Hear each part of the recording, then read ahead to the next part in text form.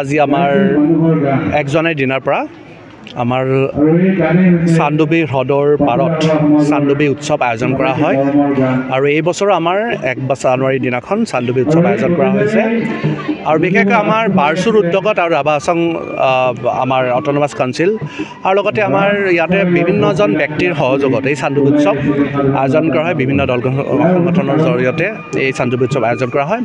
এই চান্দুবি হ্ৰদটো আমাৰ কাৰণে গৌৰৱস্থল, অকল পলাশবাৰী সমষ্টিয়ে নহয়, অসমৰ কাৰণে গৌৰৱস্থল, ভাৰতবৰ্ষৰ কাৰণে গৌৰৱস্থল। কিয় কাৰণত চান্দুবি হ্ৰদটো ভূমিকম্পৰ ফলত হোৱা এটা হ্ৰদ, যিটো নেকি পৃথিৱীত পাবলৈ বিৰল। ভূমিকম্পৰ ফলত হোৱা হ্ৰদ আৰু প্ৰাকৃতিকভাৱে ধুনীয়া সৌন্দৰ্যৰে ভৰপূৰ আমাৰ চান্দুবি হ্ৰদ আৰু এই হ্ৰদৰ পাৰতে আমাৰ চান্দুবি ফেষ্টিভেল আয়োজন কৰা হয় আৰু এই চান্দুবি ফেষ্টিভেলৰ এটাই লক্ষ্য উদ্দেশ্য, যাতে আমাৰ স্থানীয় যিবিলাক কৃষ্টি আছে, সংস্কৃতি আছে, সেইবোৰ প্ৰদৰ্শন কৰা,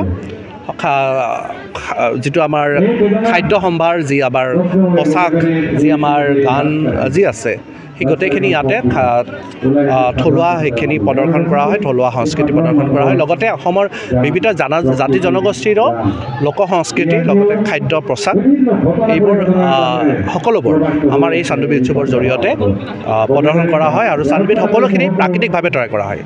চ' মই অসমৰ ৰাইজক আপোনালোকৰ জৰিয়তে আহ্বান জনাইছোঁ, অনুৰোধ জনাইছোঁ, সকলোৱে যাতে চান্দুবি উৎসৱলৈ আহে, এই আমাৰ চান্দুবি উৎসৱ যাতে উপভোগ কৰে তাৰে কামনা কৰিছোঁ আৰু লগতে নৱবৰ্ষৰ শুভেচ্ছা জ্ঞাপন কৰিছোঁ।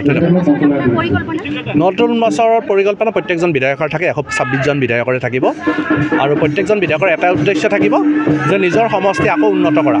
চ' ঠিক তেনেদৰে মোৰো এটা উদ্দেশ্য থাকিব যে 25ত যিবিলাক কাম কৰিম বুলি ভাবিছোঁ সেইবোৰ যাতে আমি সম্পূৰ্ণ কৰিব পাৰোঁ, তাৰে কামনা কৰিছোঁ।